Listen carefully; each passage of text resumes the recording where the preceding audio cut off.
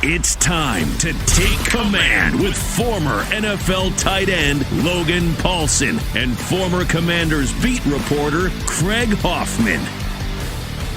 What's up? What's happening? Welcome in. Take Command Podcast. That is Logan Paulsen. I am Craig Hoffman. Logan, that was nice for the video, folks. That was a nice head snap. Logan Paulsen. Bang! Here I am. Bang! Look at me.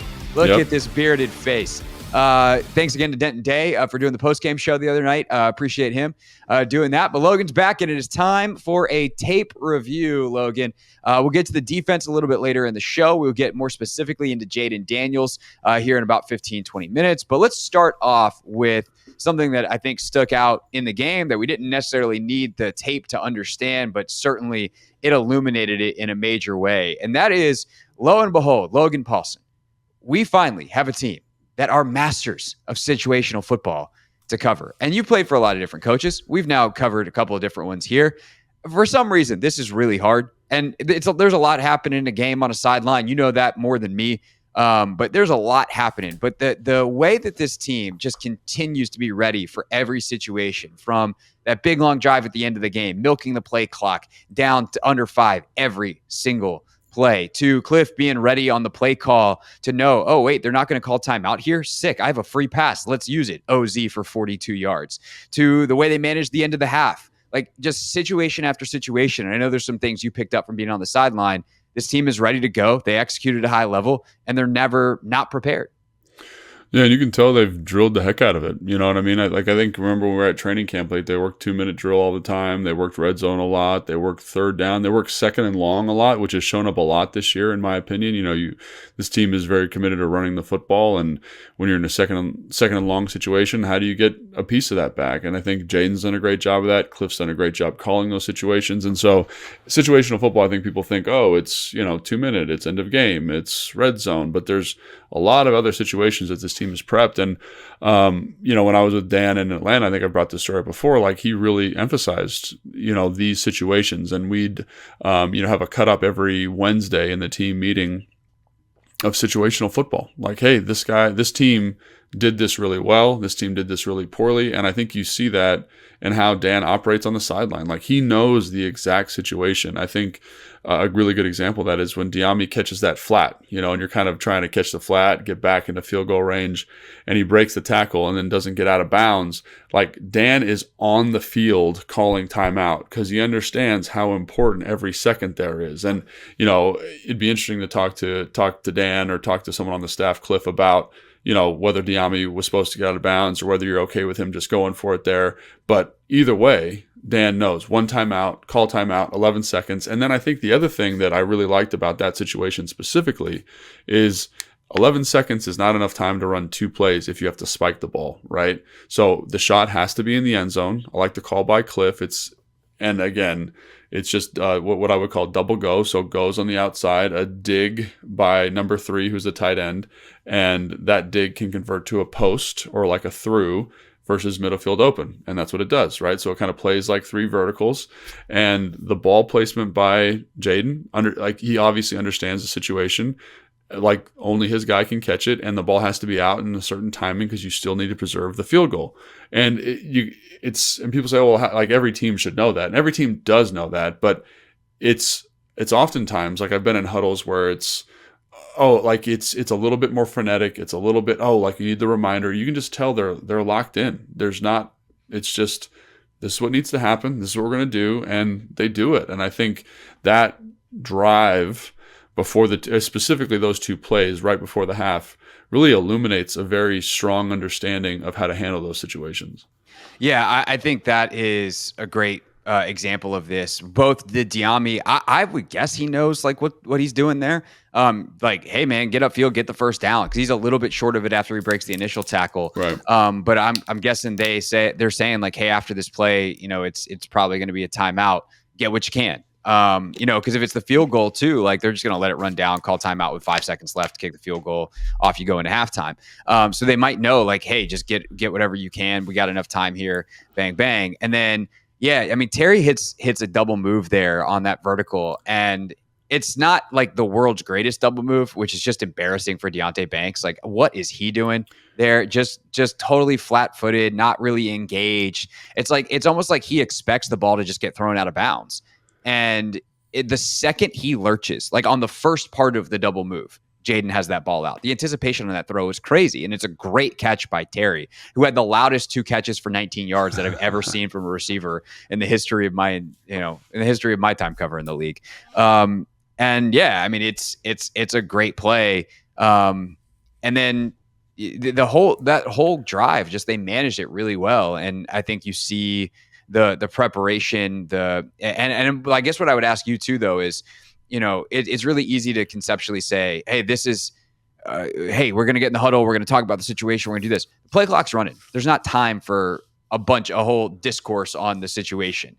What is happening in a huddle there to, what's coming into the quarterback's headset? What's the quarterback relaying to the team?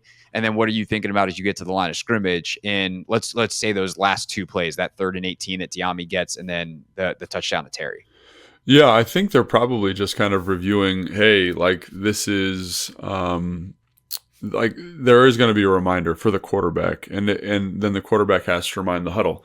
And so that's where I kind of wonder like what the actual coaching point to Diami is there, because obviously you're catching that 5-yard slant, 5-yard out, kind of understanding you're going to be out of bounds, but when you break the tackle, obviously the situation changes. And then off the timeout, I'm sure there's a lot of conversation from Dan, from Kliff about, hey, like this is what the situation is. This is how we need to manage it. And I think that's what you see there. And again, like coming in when you're just kind of going through the game, it becomes a little bit more challenging because like you got to kind of think of it on your own. And Kliff is going to do his best to remind you in game. And I think Dan might even pop on the headset and just be like, hey, just remember this is this situation. This is what we need to be thinking about. But coming off the timeout, I'm sure that was something that they addressed immediately. It's like, hey, let's take a shot to the end zone. What's your favorite call, Kliff? And he's going to say, oh, double go or whatever it is, because I like the chip help. And then Dan's going to say, hey, remember that ball's got to be incomplete or a touchdown. We can't have something in the field to play because we can't stop the clock. And that's it. And you go out and you rely on the quarterback to execute that. I think we've covered the team long enough, both of us, to understand when quarterbacks don't do that. And it gets a little bit messy and a little bit murky. And even with the reminder, it's not perfect. And so I think, again, it speaks to the staff, everyone understanding what needs to happen, and also speaks to Jayden and his understanding and ability to execute in those moments, because a lot of people in the fog of war kind of lose that perspective. And then the other thing I want to talk about, I think you brought up a great point there with the Terry thing, and that route is really interesting because it's not actually a double move, it's just a vertical go. And for all those young kids at home like watching that route, one thing I'd say is, it's drawn one way on a paper. It's probably drawn as a straight line with a point on one end, right? But once you identify the coverage, like you can put a little bit of seasoning on it. I love the inside stem. I love the vertical push afterwards, because I was talking to Santana and Fred, and it's like he can run an out off of that stem and he can run a dig off of that stem. And I bet a lot of money that he thought he was running an out, to kind of stop the clock there. And it's just enough of a little bit of a thing to kind of make the receiver think about something different, settles his feet, and you're able to run by him and get a perfect ball. So again, for all those young route runners out there, make sure you're working on the stems and the indicators of your stems, because those will be really helpful long-term for you. No doubt. The other great situational plays or situational handling is the end of game. Obviously, they were able to run out the clock, and I think everyone talks about Kliff and the play call to OZ and the last drive. But the second to last drive, the one that goes 5:48, and then they get the field goal, the way that they milked the clock in that drive was fantastic. Yeah. And there's some cool runs in that drive, and we're going to talk more about the running game in detail here in a second. But just the way that they handled that drive, McNichols with some nice runs, then Chris Rodriguez comes in, and every single play is under 5 on the play clock. And there was even a moment that you saw from the sidelines that shows just how in tune this team is with the clock situation.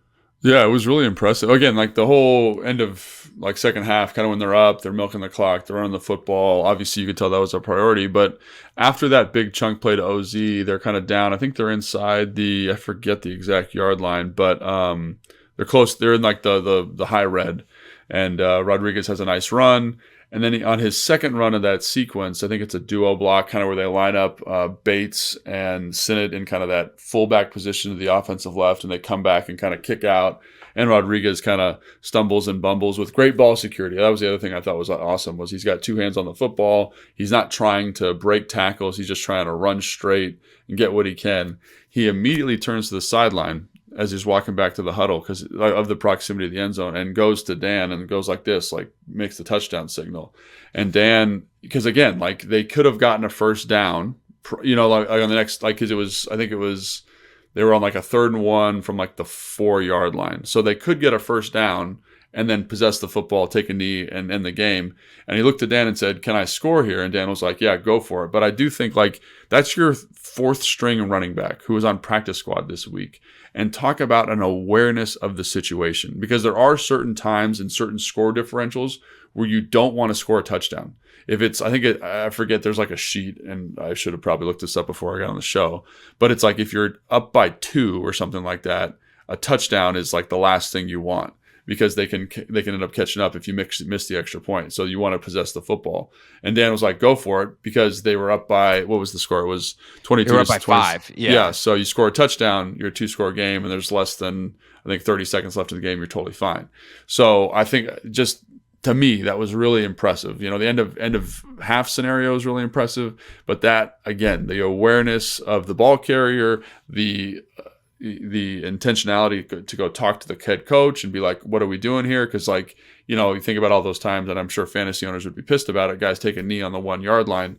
It's to preserve the win, and that's ultimately the most important thing we're doing. So I thought that was super impressive, and it's something that you don't see on the TV copy. It's something you don't see on when you're watching the All 22. Just a cool little moment of just good, thoughtful football, which I appreciate.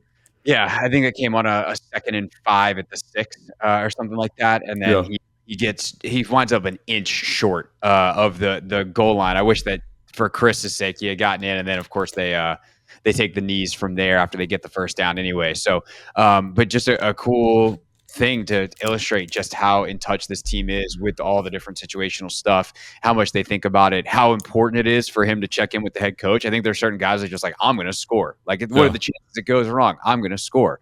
And they didn't.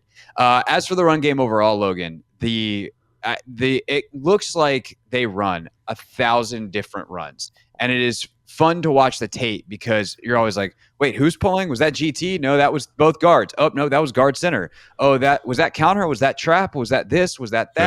There, it feels like there's 1,000 things going on, but to your very trained eye, you're like, "Actually, no, there's about 4 runs." Yeah. Why does it look so complicated? And I guess the more important question, as opposed to like, why is it so complicated for me, is what effect does that have on a defense when it feels like there's 1,000 different things happening, but for an offense, really it's kind of simple, and there's only about 4 or 5 that are dressed up different ways. Yeah, and this is something that I'd have to talk to the offensive coach about. I've talked to Kliff or the O-line coach or Anthony Lynn, the run game coordinator. But it looks like they ran in this game like a lot of bounce is what I would call it. I ran this a lot with Bill when Bill Callahan was the offensive line coach here in Washington.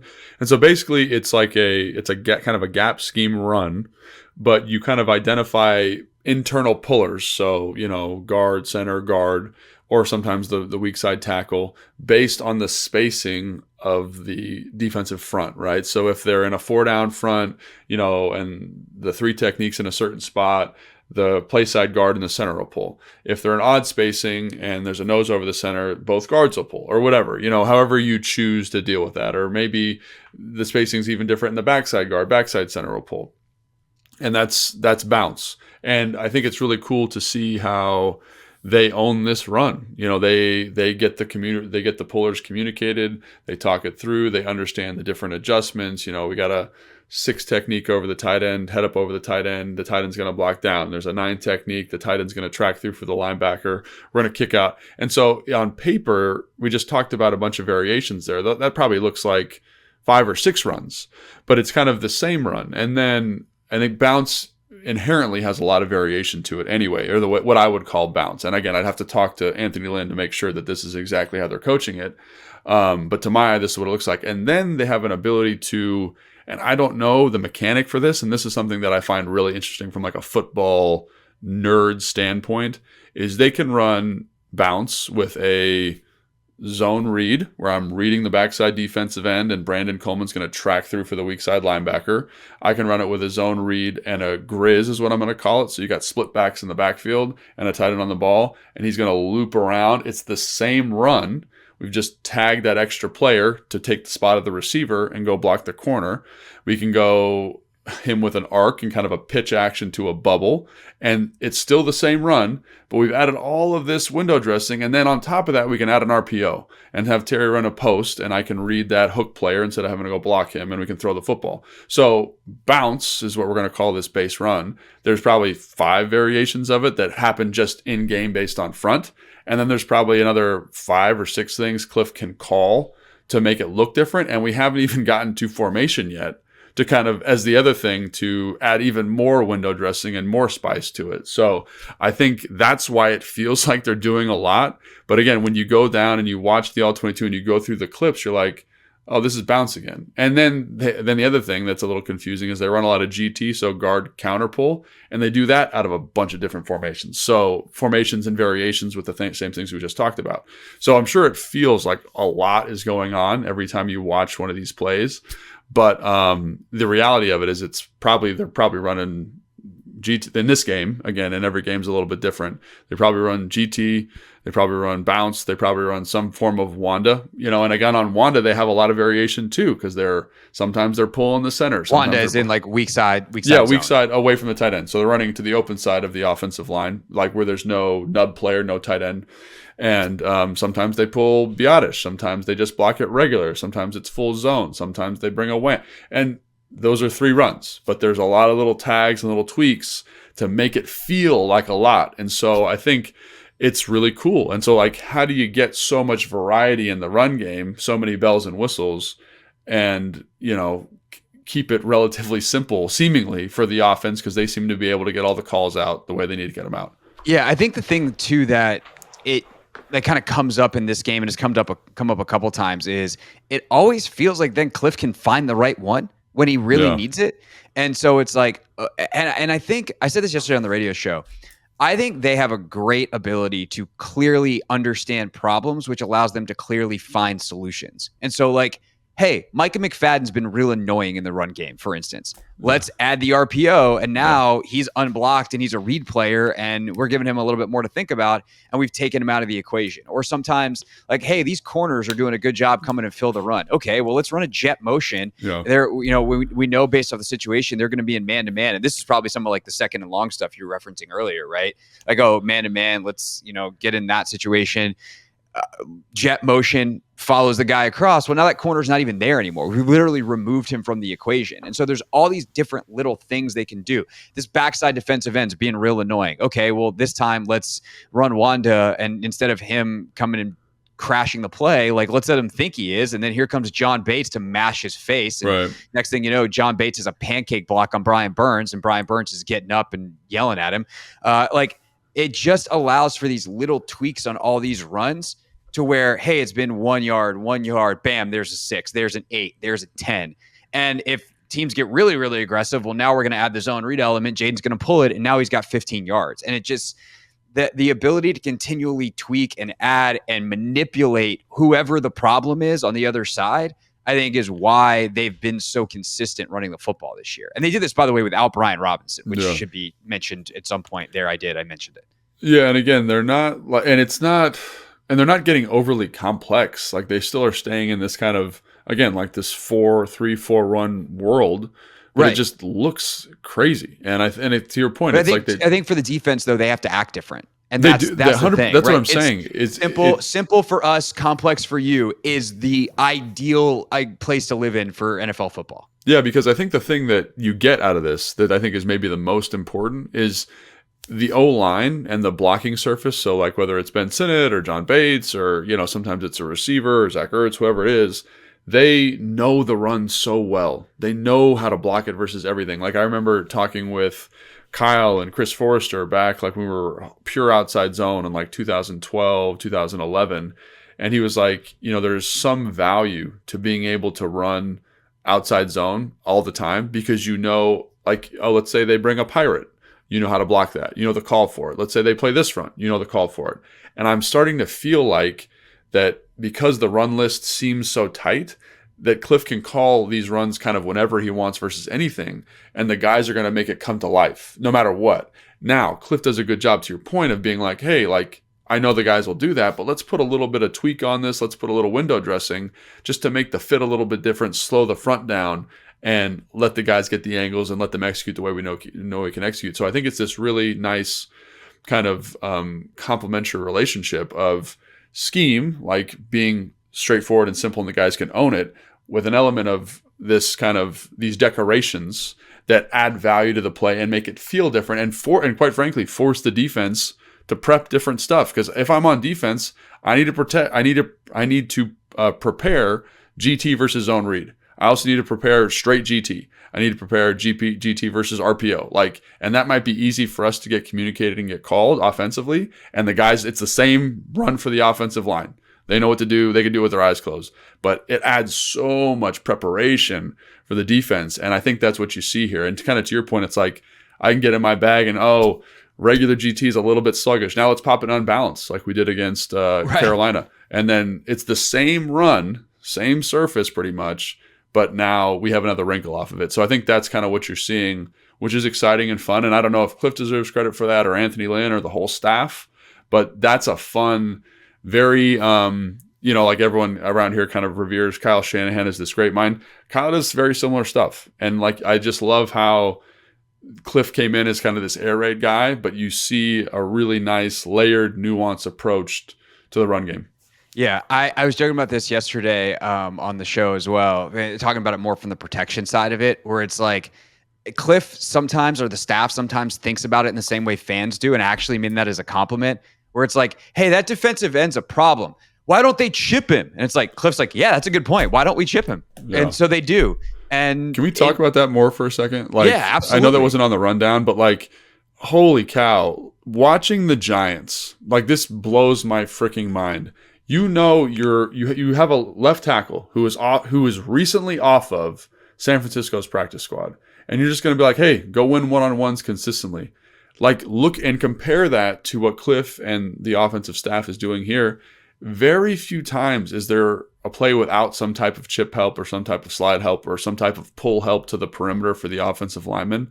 And it helps so much. It helps so much. And then their ability, this is another really nerdy tangent we're getting on here, their ability to then distribute the concept with the chippers, because most people use tight ends. It's a little sluggish getting there, but they use running backs and receivers, and then they can distribute underneath while the deeper routes are stretching the defense vertically. You get a horizontal stretch after the chip, and then you get an Austin Eckler 30-yard gain, right? Because it's stretched vertically and horizontally after the chip help. So I don't know, man. I think it's just comparing the two, because the Giants are like, we're going to run our offense, but it's like, man, no, you're not, because your offense doesn't work if your quarterback's dying. Correct.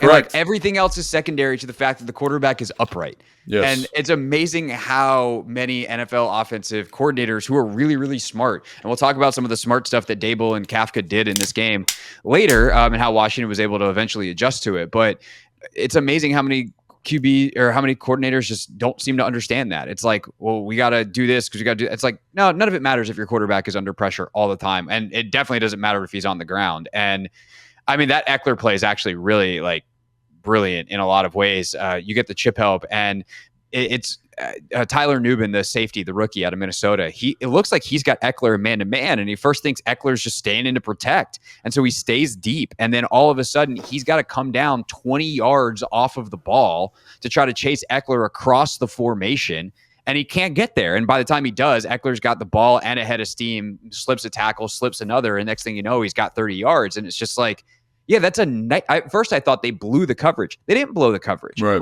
The right guy had him. He just had to come from 25 yards away, and that's never going to work against a guy as slippery as Austin Eckler. Yeah, 100%. And again, it's the pass game for the Washington Commanders is not overly complicated. It's people run these concepts, but the way they run them and the detail that they run them with and the speed that they get and the urgency that they get to the concept it creates space, and then you couple that with the protection plan, and it allows for this vertical distribution of the field in this really nice way. So like you watch again, we're going to compare them to the Giants.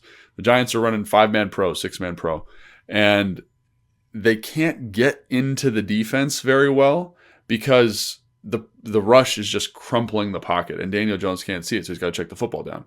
Here, it's like there's this nice pocket. The offensive line for the Commanders is doing a great job. They're doing a great job. And Kliff's doing a great job elevating them and making sure that there's good chip help, there's good slide help. We've talked a couple of times, like I think back to the Baltimore game, where they're, pulling Biotish to help the tight end, and they've got a full slide, like doing some really fun, cool, innovative stuff. And it allows for deep shots down the field. It allows for Jayden to see that beautiful crosser to Noah Brown. Like, those are the things that set those plays up. And I think it's stuff you see Detroit doing, stuff you see San Francisco doing. High-powered offenses do this stuff because there has to be vertical influence on the defense to create space underneath.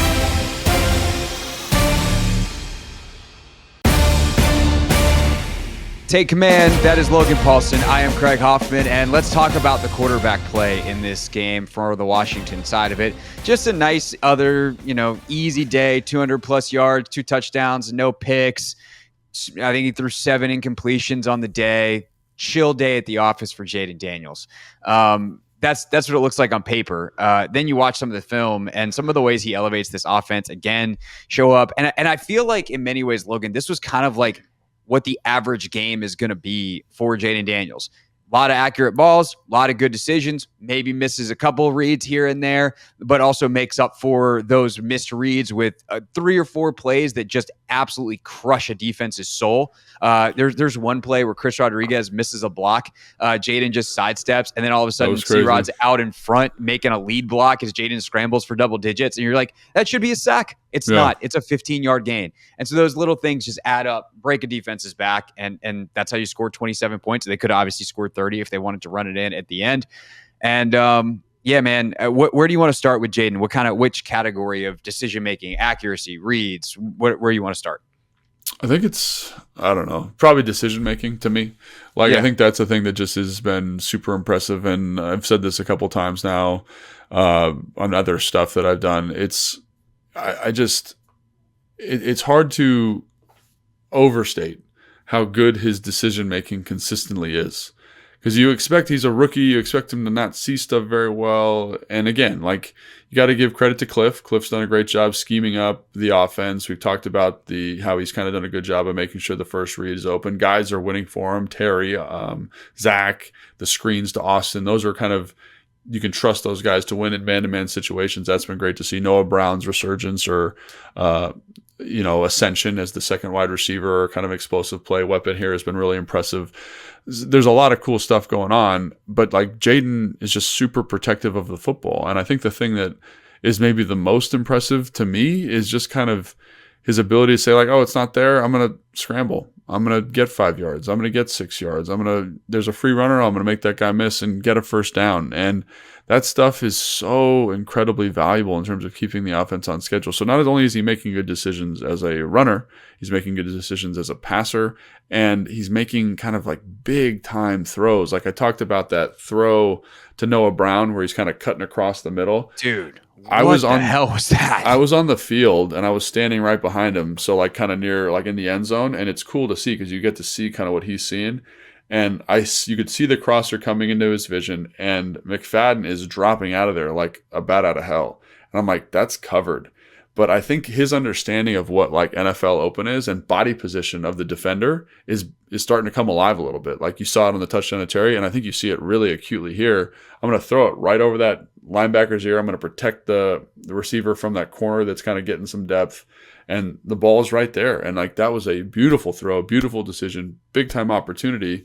And he's making those big time moments. And I think the offense in general is doing a good job of making sure you don't have to do it all the time.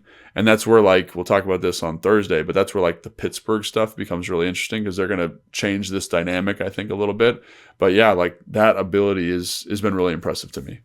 Yeah, that throw to Noah Brown where he just understands, like, yeah, this linebacker's going to the spot, but he can't see. And if I put Yeah. the ball by his ear hole when his head's facing the other way, like, he's not a threat.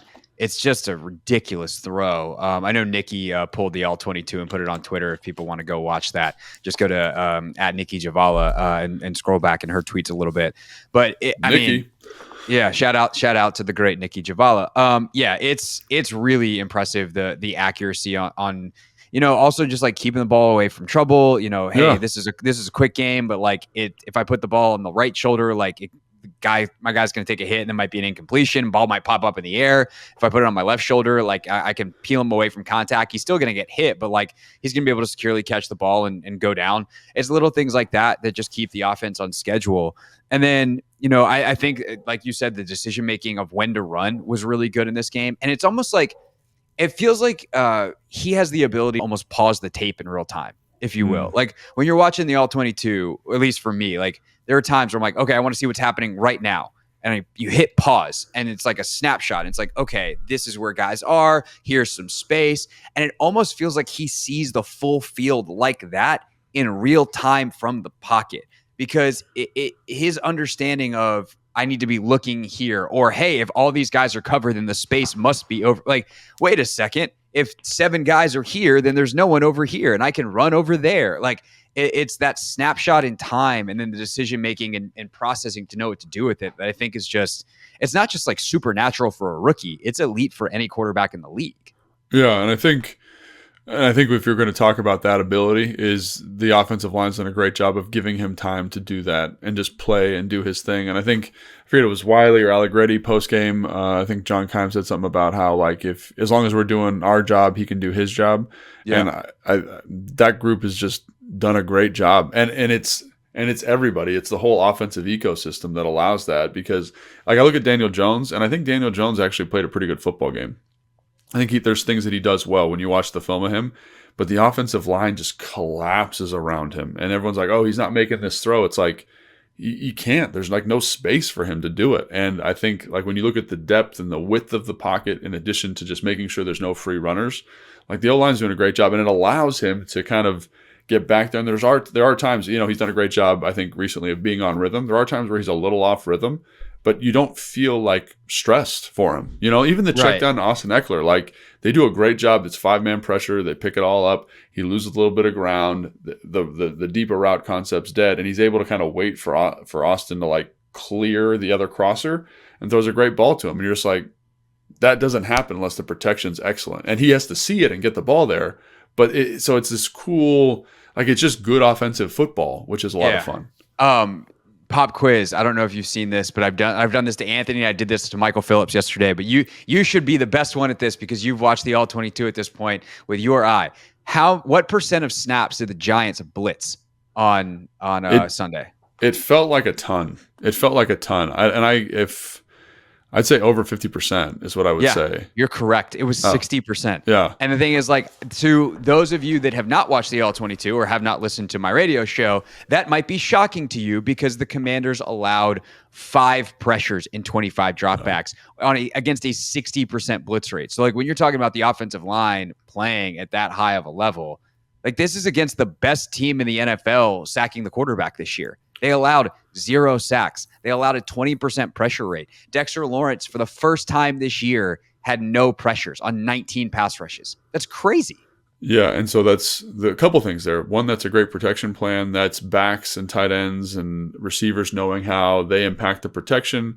And also, credit to Kliff, man. They ran the ball 37 times. And a lot of those blitzes come as run-stopping pressures, So, like, it's everything. It's I think about last year as a great point of comparison for this offense where you're throwing the ball a ton and you're getting those pressures, those 5-man pressures versus 5-man protections, and a lot more pressures are going to show up as a result. Here, just managing, keeping the easy stuff easy and the hard stuff hard when it has to be hard, and just deleveraging the quarterback and deleveraging the offensive line. Like if there's one thing any offensive coordinator needs to take away from this season, it's those are the 2 hardest positions on the offense. Like, if you can make it easier for the quarterback and make it easier for the O-line by running the football, by play action pass, by whatever means you want to utilize, screens, however you want to do it, like your offense will be much more effective because of it. One question I did want to ask you is on the pressure front. I feel like there are a couple times that he invites pressure. It's like 2 or 3. But on the 2 that I'm thinking of, it causes him to miss guys that wind up wide open in the end zone. And of course, to be very clear, he played a fantastic game. This is just like hey, what's the next step for Jayden? Because he's only 9 games into his career, and somehow he's going to get better. There's a couple of plays where he rolls out, and if he just stops rolling, he resets his feet in the pocket. Like, cool, we're safe now. Like we've dodged a little bit of pressure. We've taken, the O-line's cleaned it up. And instead he gets on the edge and say like Wiley's blocking the edge and he's got the inside sealed, and then Jayden gets out, and now all of a sudden you've invited pressure. He takes a hit. And on one of those in the fourth quarter, I think it was, I can see in my notes if I have a timestamp on it. But it's the 3rd and 4 with 43 seconds to go in the third quarter. And they wind up settling for a field goal on that drive. And Diami winds up wide open in the back of the end zone. And he kind of moves. And if he just resets his feet, he can hit Diami. Instead, he rolls out, invites pressure. He winds up getting hit on the play. And it's one of the ones on the broadcast where Sanchez is just like, hey, man, that's dead. Like, you gotta go. You got to know when the party's over.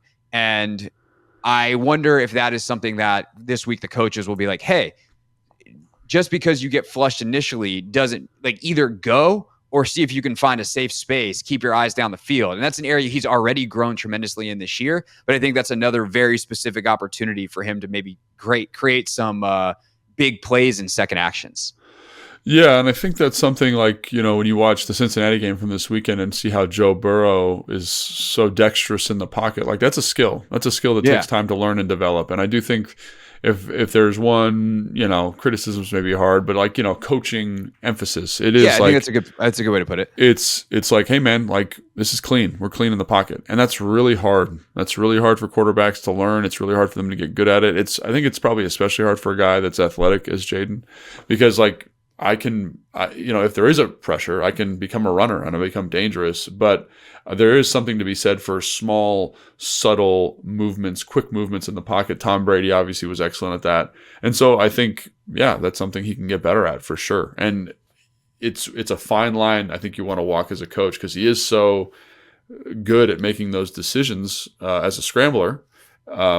So you don't want to say like, hey man, like try to stay in the pocket here, because like good things happen when he leaves it. But also you want to be like, hey, we can get better at feeling this and not making a big move to escape, but rather a subtle kind of adjustment in the pocket to maximize this opportunity and maximize your vision down the field. I also wonder if the coaching point is kind of, you need to read the edge player. Like if you're going to escape outside the pocket and loop around, you can't do that if the player's already out there. And like that was the thing that I think happened, especially on that play. I know there's one other that I'm trying to remember when it was in the game, but where the same thing happens though, where the edge is sealed, or like shouldn't say the edge is sealed. Like it's one thing if the edge player comes back inside, like loops on their rush, and all of a sudden that edge is sealed, and now you've got an open edge, and there's no one, like a linebacker is going to have to come from the second level, or safety is going to have to come down to get you pressure. But if that edge player is already outside your offensive lineman, then you're either setting him up to get called for a holding penalty because he expects that he's in good position, or you're now running away from where you're blocked up. And I wonder if that's kind of the way that they could present it to him, where it's like, hey, we want you to be aggressive. We want you to look to scramble. We don't want you to run into pressure. And that's actually what you're doing there. Yeah, and I think you look at the sack fumble that he had against Tampa Bay earlier this year, like where he gets a little bit of pressure and he goes to vacate, and the defensive end, I forget who it is just rushing really high. Like teams will do that to you on purpose. And I think a team that will do it is Pittsburgh. Like they're good at kind of giving you these false indicators of space, and TJ Watt is going to rush really, really high. If you step back at all, like he's going to get a sack force fumble. And so I think that's something that definitely needs to be addressed. And has he improved at it? I think so. I think he's gotten better at it. Definitely. I think he's gotten way better. And I think that, it'll still pop up because he's still learning. And I think we forget that he's still so young in his professional career. But yeah, I definitely think that you want to make sure you emphasize that. And you want to kind of, again, it's a fine line in terms of coaching it, because he has been excellent at making decisions about when to leave the pocket, about elevating the offense that way. but it's also like, hey man, let's continue to cultivate this other element of our game. And again, I think Kliff's done a great job. Again, I'm going to say this for the 5th time on this podcast, of having a protection plan that allows him to be him in the pocket. And the way they coach the pass sets allows him to do that. They're not asking him to be Joe Burrow, where we're going to vertical set the tackles. We're going to, make him navigate in a tight space that way. We're going to set the dish, very similar to kind of how Drew Brees' pockets used to look. The tackles are going to be a little bit more aggressive. The guards are going to be a little bit more aggressive. There's depth and width. And so it allows him to operate and be him. So I also think like there's coaching there too, understanding who your guy is and how to maximize what he does.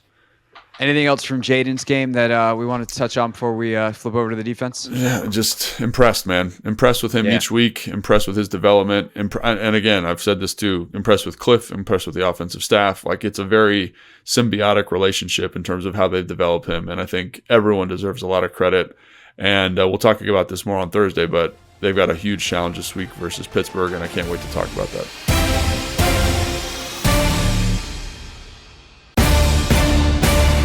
Take command, Craig Hoffman, Logan Paulson talking Commanders defense. And it didn't start great statistically, Logan, even if the point total was kept relatively low. Commanders gave up 115 yards in the first quarter rushing the football. Yikes, that's not good. They did ultimately make some adjustments, but let's try to look at what went wrong in that first quarter, and whether it's decision making, that Joe Witt was like, hey, like, go ahead, run the football. We don't think that you can finish drives, whether it was bad execution, like what confluence of circumstances came together that the Giants were so successful, especially when they've been a pretty hit or miss running football team overall this season. Yeah, actually, when I went back and watched it, I was really impressed schematically, especially after that first drive where they went 3 and out. So like the second drive, the 6-play 50-yard drive, 55-yard drive, and then the third drive, the 16-play 73-yard drive, just in terms of their run game construction and what they were able to get to. And what I mean by that, it's not like they're running, spaceship runs, but the runs that they are running are just hard to fit. And I will say also, like, Joe Witt Jr.'s in like a lot of two shell, he's kind of inviting you to run the football. And so and again, even when he gets into single high stuff, like when the quarterback can run it the way Daniel Jones can run it, it opens up a can of worms in terms of your traditional run fits. So one play that comes to mind specifically was they're running like Wanda. Everyone runs Wanda, open side run away from the tight end. And they're bringing the tight end back on a sift to cut out the defensive end. And so it's off his zone read action, and Daniel Jones acts like he's pulling it. And so the weak side linebacker, who I think is Frankie Louvu, has to play out. He has to, because you're kicking out the end, and then you have like a bubble kind of over here to the offensive left. So you have to play out, or else you're short, and the quarterback's going to run for 100 yards. So he does that. They hand the wand off. Now you've got a really favorable box. You've got 5-on-5, 5 blockers for 5 run defenders, and the running back does a really good job of kind of getting skinny, finding a crease, and ends up being a 10-yard gain. When you add the quarterback in there, and then you add a little bit of the sift action, a little bit of the bubble, a little bit of the numbers, a little bit of the jet sweep, it just changes your run fits and takes people out of the box. And when you take people out of the box, run fits become more challenging. And so I think that's ultimately what I saw is credit to the Giants. Run scheme was very, very effective and very well coached and very well thought out. And I also think Joe Witt Jr. was kind of like, go ahead, run the football. Yes. We're okay with that. 100%. And so I actually did something a little different with how I watched this defensive tape. Logan, we got columns on the notes here. Oh gosh. And that column right there is the box count. It's not on camera. There we go. That skinny one right there. There we go. Craig, you're taking like big boy notes now. Look at you. I know. It's a box count, because I was like, did they just start putting 8 in the box? And is that how they solved the problem? Nope, it wasn't. They didn't change anything. So that first drive, they had 7 in the box on every play. Yeah. Then it was like 6, 7, 8, 6, 8, 8. And then those like the heaviest box counts they had all game. And the Giants just ran all over them. And then there was they eventually were like, let's try a play action pass, fumble. And then the next drive is the 16 play drive. And there's like 6, 7, 6, 7, 6, 8, 7, 7, 7, 7. Like, they're not playing 8 in the box. And they never changed that in the second half. Those numbers stayed the same. And it's the same nickel, big nickel, all that stuff. And they found ways eventually to get there. But I do think it is the what we talked about is like the Giants aren't good enough to go 16 plays more than once a game. So they got their one, and that was it. Yeah, so I think this is a really interesting kind of football philosophy point. So, for example, on that first drive where there's the fumble, like they could have run the ball 10 consecutive times and scored a touchdown. They could have done that, right? Very easily could have done that. It seemed like it was on the table. Right. But offensive coordinators get a little antsy.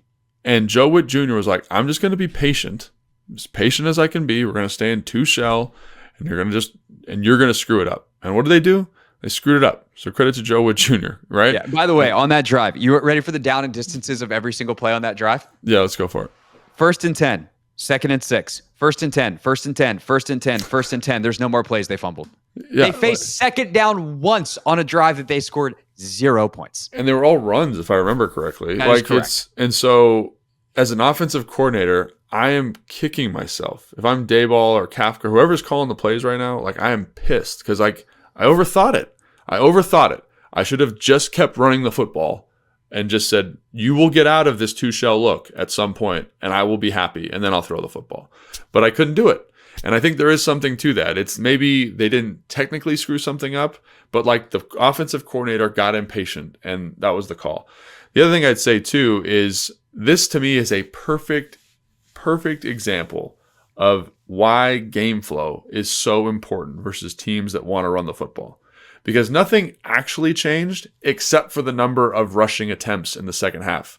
Because what's the score? 21-7. You need to score a lot of points very quickly. I have to throw the football. And to me, like if Joe Witt Jr., Dan Quinn clearly understand that the offense is good enough right now to score a lot of points and that teams are not going to be able to sit in these run-heavy formations and run the football the way they want to.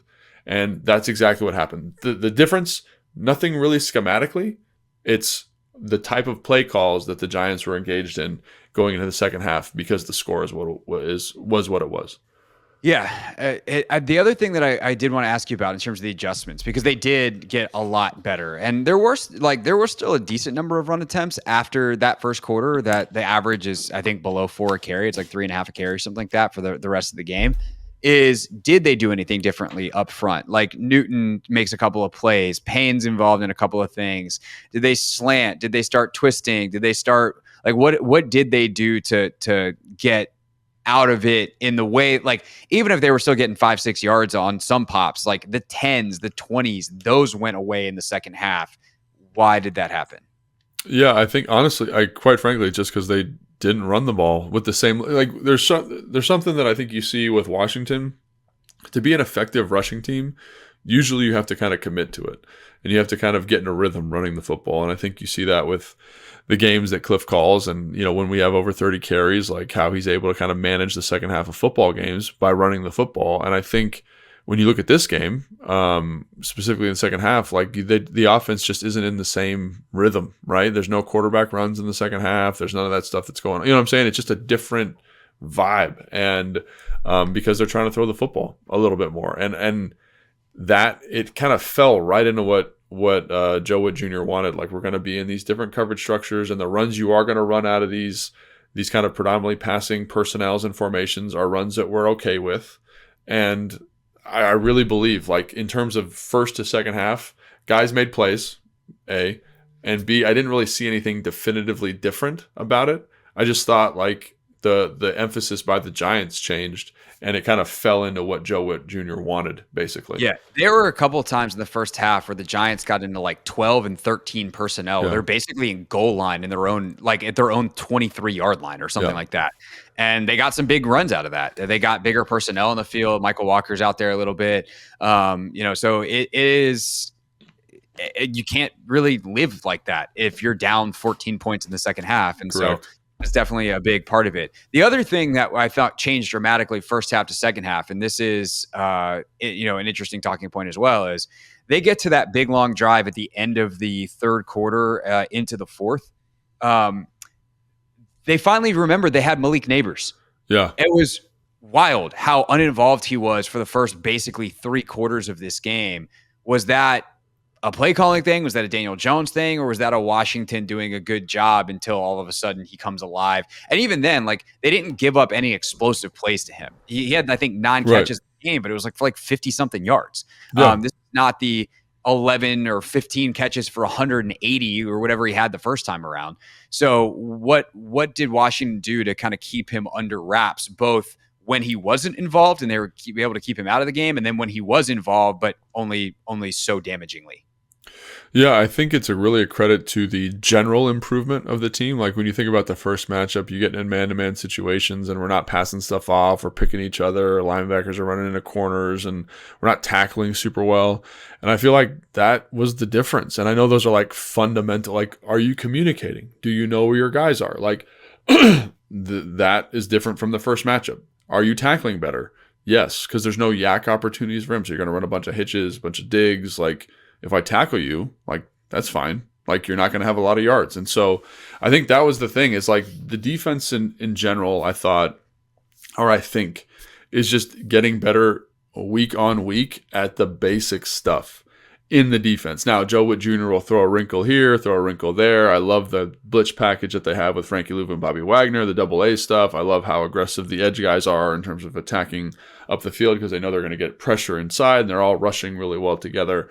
I think the coverage is communicating better in the back end, but they tackled better, they communicated better, they played to their leverages better, and Malik Neighbors is going to have 9 catches for 54 yards, and cool. Like, I can live with that. If you can live with that, I can live with that. And I think that's ultimately just good, sound defense. Now, there's the coverage bust to Theo Johnson up the seam, kind of we're in that quarters.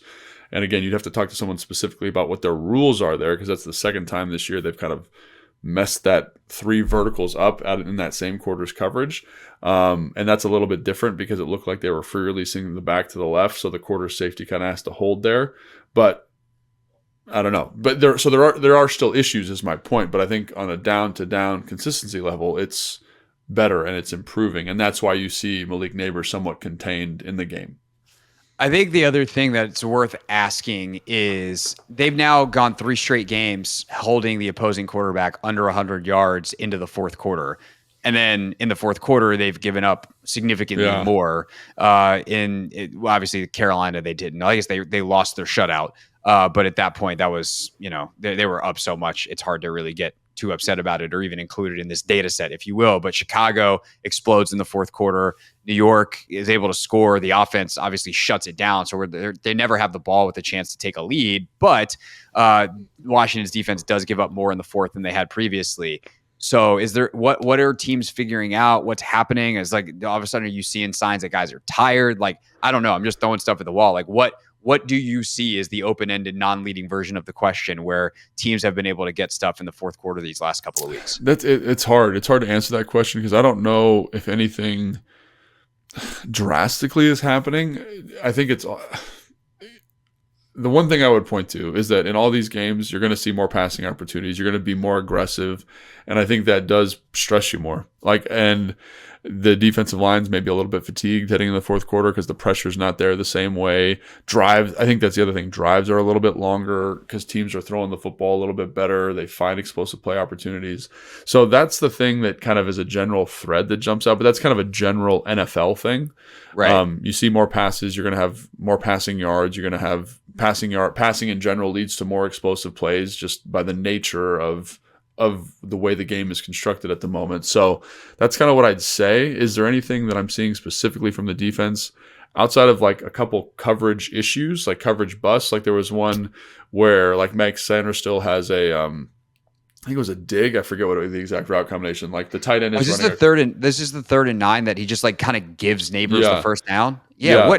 What the heck happened there? That looks like a man coverage to me. And it looks to me like he's expecting some type of plug help inside. But I don't know who the plugger would be, if the defensive end's supposed to drop, if Frankie Louv is supposed to fake the rush and then fall underneath that, which is entirely possible. But those things kind of still pop up every once in a while where like we're obviously not on the same page. Like either Sanderson's not or Frankie's not, or the guy covering the tight end should bump that off and we should be in that window. Like there was some issue there, and that pops up. In the fourth quarter there. The seam to Theo Johnson, that pops up in the fourth quarter there. So whatever the issue is, like those are 2 seemingly communication issues that where guys aren't exactly sure what's going on. So I don't have a good answer. Again, you're seeing more passes. Maybe you're more exposed in those situations, but there does seem to be at those critical junctions, like just a little bit of like, what exactly are we doing type situations. Right. And I guess the follow-up to that to close us out here would be like, is that something that if you are, I know Pittsburgh wants to run the mess out of the football, but pick another team down the road that is more willing to pass. Is this something you feel like you can expose earlier in the game? Yeah. Or is it too high risk when the rushers are fresh and whatever other circumstances might be happening early in the game? I think a great example of that's Cincinnati. And obviously this defense is way better than they were against Cincinnati in terms of handling coverage busts and stuff. But when you're kind of built for it, like you can do it whenever you want, you know? And I think the one thing I'll point out is like when you watch the Bears game and you see kind of how effective the defense was there, they're effective because they're doing what they're supposed to do, but also because Caleb is not playing with confidence from the pocket. And when you get a guy who's confident and deliberate and locked in from the pocket, like Joe Burrow, who's obviously like a top 3 quarterback in the NFL, like he'll pick you apart. And that's not an indictment of this group. That's kind of true of every defense in the NFL. Right. Like, I think we've had this conversation before. Like, I always get incredibly frustrated when I'm watching any offense and they miss open opportunities or tight window throws, because I'm like, that's not good defense. That's just bad offense. And unfortunately, the way the NFL is ruled at the moment in terms of like, you know, the things they prioritize, it favors the pass. And so like, it's just really hard to defend at the moment. And we've been very fortunate over the course of the season to play quarterbacks that can't pick you apart from the pocket outside of one, really. And so two, Lamar had quite the half to Zay Flowers. Yeah, that's great. I forgot about Lamar. My bad, Lamar. You know, you're in that same group. Tried to wipe it from your memory. Yeah, I've tried to wipe it from my memory. But when you see a quarterback that's capable of doing that, I don't care how good you are, every defense is going to, like, look at what Lamar does every week. Like every week to everybody. Look what Joe Burrow does every week to everybody. Like, you could be a top-rated defense. You play one of those guys, you're going to struggle. So, yeah, I think this is something that definitely, if you play a better passer, is going to be an issue. Yeah. So the good news is there's not a lot of guys like that on the schedule. You know, it's exciting. I think one of the interesting ones, I think like Russ throwing deep, you know, he'll throw it. Like that could be interesting this week for sure. Yep. You know, Jalen Hurts, like he'll throw it deep. If there's one-on-one opportunities, AJ Brown against St. Jude's, you have studs on the outside, right? Yeah, they're gonna throw it, and that is something that I think when we talk about like Benjamin or Mikey or Noah, like these guys have done a good job overall. They have definitely given up some stuff underneath, but none of them have gotten like beat over the top really badly in a long time. But I also don't feel like, you know, this is a credit to them, right? They haven't given up a lot of opportunities, but also they haven't faced quarterbacks that are super aggressive in throwing them. And like Jalen, if he thinks AJ Brown is covered, but it's one-on-one, he's like, that dude's open. Yeah. And so that's going to be a different challenge in the next couple of weeks to really test the ball skills and the ball's in the air one-on-one skills of these guys in a way that they haven't been tested in a while. And Russ to George Pickens is a guy who will do that as well. So going to be a lot of fun to watch on Sunday. We'll preview that coming up on Thursday. Logan, we've made it through the podcast taping. It is now 10 a.m. on Tuesday morning. We have not had a Commanders trade yet. If that changes, we'll have a reaction on the radio show at 4 o'clock. And then we will post some reaction to that tomorrow as our Take 5. Or if they don't do anything, we'll post that reaction tomorrow as our Take 5. But that is where we're at right now. We've been talking for an hour, so that's probably good for one show. That's Logan. I'm Craig. Wherever you're watching or listening right now, love it if you hit that subscribe button. If you're watching on YouTube, hit like as well. Because again, if you've made it this far and you didn't like it, well, that's kind of weird, to be honest. I'll see y'all on the radio at 4. Logan will see you over on Command Center and everything he's doing for the Commanders. And we'll see you Thursday back here for a Pittsburgh game preview on Take Command. Thanks for watching this clip of Take Command, which has a brand new home. That's right. You can watch on YouTube at the Team 980. You can also listen to full episodes in the free Odyssey app, which is now enabled with Apple CarPlay. So we'll just, follow you around.